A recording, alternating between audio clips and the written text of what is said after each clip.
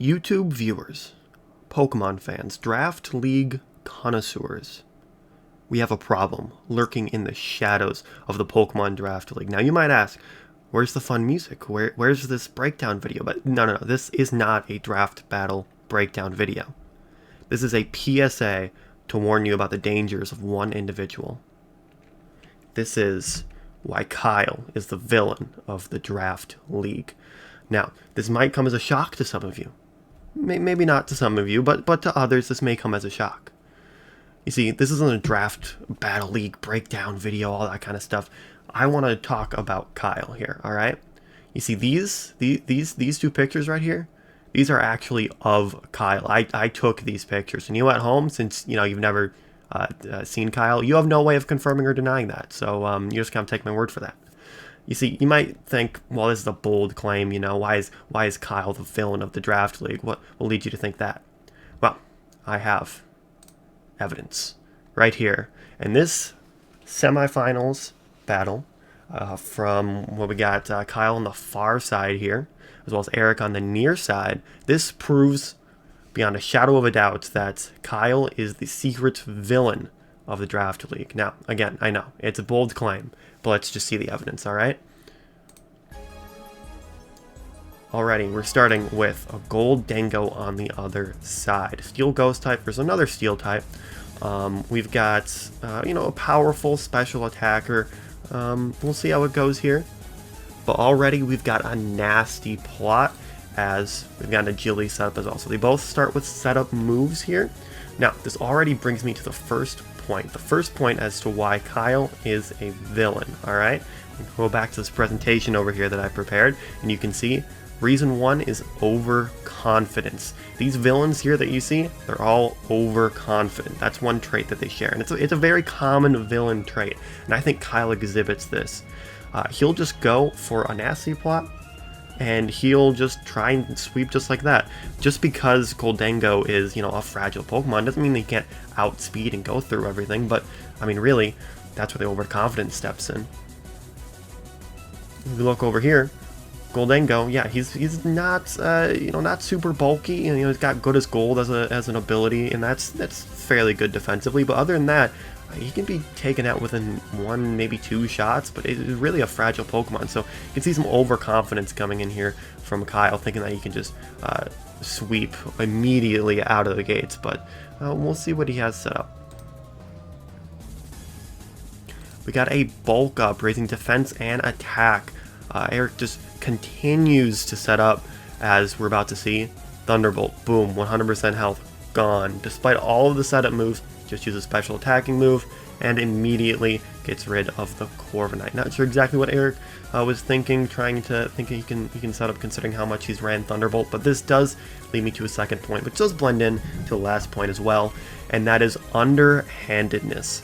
So many villains of our past, the villains that you see up on the screen here today, they don't exactly play the game like everyone else. They will use whatever underhanded tactics to get around the competition and write the rules of the game themselves. And as you can see, Kyle here, he doesn't care that you set up. You use two different setup moves, he only used one. He doesn't care. He's going to sweep you anyways. And as you can see, the move that he used to sweep was called Nasty Plot. I mean, it's literally in the name that he's using underhandedness here. A dark type move called Nasty Plot. And how much more villainous can you get? Alright, so let's continue. What more do we have here? We have a fire Magnezone here, trying to hopefully get a super effective, kind of Terra Blast probably on a steel type here. Everything is going to use Shadow Ball, not going to do much, but is going to get a special defense route. That's a 20% chance, and already we have our third point. We got luck. All of these villains that you see here have the superpower of luck, have fate always on their side, or it's just born rich, I guess. All of these completely fictional characters that you see up on the screen are equally lucky in their own way. Luck seems to follow a lot of antagonists, villains, and I think Kyle is no different, alright? He has a lot of luck, as we see, as we're going to see a lot throughout this fight, but also in his other fights as well. This isn't the first time he's gotten stuff like a special defense drop. He's certainly gotten, flinch chances, stuff like that, stuff that makes him just really, really lucky. And you're about to see it's going to have a very strong influence of special defense drop as we continue. He is going to Terra Blast, and still, despite the Fire-type Terra Blast, is not going to do enough to Goldengo. I don't know what he was running here exactly, but I can tell that already, that's something that probably should have killed, considering just how not very bulky Goldengo can be. So we'll have to see as it continues. Shadow Ball almost going to kill with that special defense drop. Again, if it was a little higher bit of a roll, that might have made a difference. But we're about to see. Volt Switch. Alright, so he has to switch first into Gengar, which brings out Salamence. And Salamence here has Intimidation. He's going to intimidate the Gengar here. It's not really going to do much of a difference considering the attack drop. I mean, I doubt this is an attack Gengar. I mean, Eric does run weird Gengars, but whatever. That does, however, bring me into reason 4. Intimidation. So many villains are intimidating, and that is some of the strongest villains out there. They don't actually necessarily have to be strong, they just have to be imposing, form some sort of threat, physical or otherwise.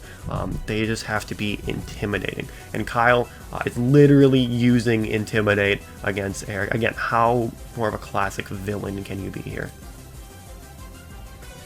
Going to Taunt. Make sure you can't set up any moves. This is smart, Set up moves is definitely something that Kyle used before on Salamence. This is something he clearly prepared for. So good for Eric. Doesn't want him to get through another setup sweep, as Kyle likes to do with a lot of different Pokemon, not just Salamence. But, Goldengo and Volcarona are also setups, even Gardevoir. So we'll see how it continues. Earthquake, boom, done. That's all you need. He didn't actually go for any sort of setup move. He's just going to go for Earthquake and kill. I mean, that's fair enough. We'll see what he's running as well to see, maybe he was choiced, but we'll see. Crunch, no, he was not choiced. He's just going to use another Dark-type move, another dastardly plan here, but it's not going to do much. Alright, Slowbro's pretty tanky despite the super effectiveness, so we'll see how he can blast back. Trick Room.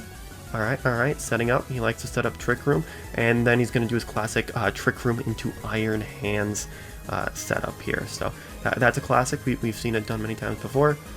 Yep, Crunch going to do nothing. This is pretty smart. He saw that he was probably going to use Crunch again. He wasn't using setup moves, so he was thinking of just going to keep using Crunch until he's dead. Well, here we go. We've got Resist on the Crunch. So really smart move from Eric here. But he is going to get another special or regular defense drop this time. Again, getting real lucky here. We're going to see how this makes a difference as we're going forwards. But dang, Kyle's really been showing his luck during this game already. Okay, Taunt is ended. He's free to use other stuff. And look at that. Ice Punch going to kill right away. He's going to move first, of course. And, Salamence like 4 times to Ice. So, yeah. Again, really smart move from Eric. We'll see how he strikes back. Now we got a really scary Pokemon here, Rabsca. There's one move that Rabsca knows that we know he wants to use, and that is, of course, Revival Blessing. We'll see if he can get it off. Actually, he goes for Psychic. He's able to go first. We got speed 85, speed 94. It could be that he was prepping and did like a speed decreasing nature. I wouldn't be surprised, honestly. And yeah, he's able to go first in Trick Room, get a Psychic off. It's going to do a lot of damage. Actually, a lot of damage for Rabsca, even with the super effective. So we'll see how he can strike back. It does get a super effective Rock Slide, but unfortunately does not kill, does not get any of the luck on that move. Switches out into Blissey, hoping to take another Psychic, and we're about to see that's proved to be a very incorrect move there from Eric. Probably should have just Rock Slided again, because he's able to get likely 2 Revival Blessings up. And that will, again, bring us to another point finally. We have Necromancy. a lot of classic villains in any form of media uses necromancy. You know, reviving the dead, just like Kyle did with Revival Blessing. Bring back zombies, bring back skeletons, you know, bring back all these classic evil creatures. And now what we have here is we have a Goldango that got revived into a zombie Goldango. You know, just like Bowser would bring up his army of undead, so too does Kyle here. I'm about to see Salamence is about to follow as well. Gonna Seismic Toss, not quite gonna do enough. You know, he at least has a damaging move, which is nice, but you know, not a very good attacker. Blissey is, so he is able to safely get that Revival Blessing out, and he has his whole team again. Just like that, he has his whole team. I mean, sure, they're at 50%, but they're fast sweepers anyways, so it doesn't really matter. So yeah, we're about to see that Rabsca does indeed get taken out, so we don't have to deal with the Revival Blessing anymore. But again, just a very evil strategy, just to revive and not even care, underhand your opponent. Don't even care about what they're doing. Because look, gonna bring in Goldango again. You already felled Goldango earlier, fair and square. Doesn't matter. The zombie Goldango now. Nasty Plot, again, going for underhandedness. It's gonna switch twice to try and bring out Magnezone.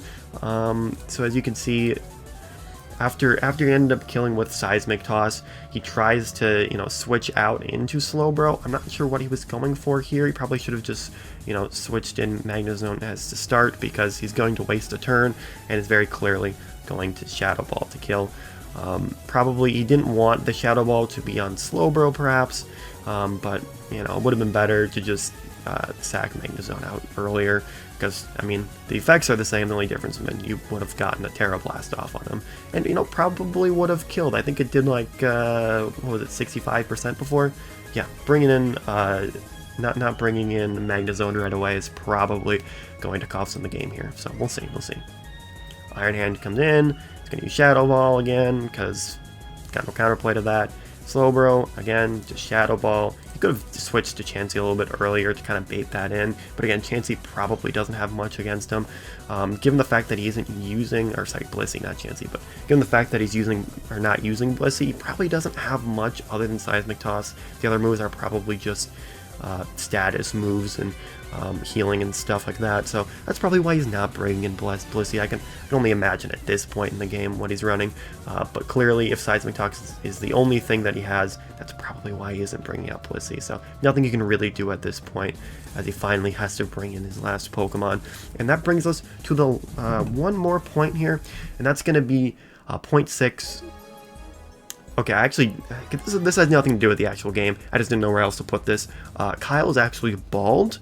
Again, you at home, you don't know Kyle, what he looks like in real life. He has no way of proving this, you know, sort of doxing himself. So just trust me when I tell you that he's actually bald, like a lot of villains in media.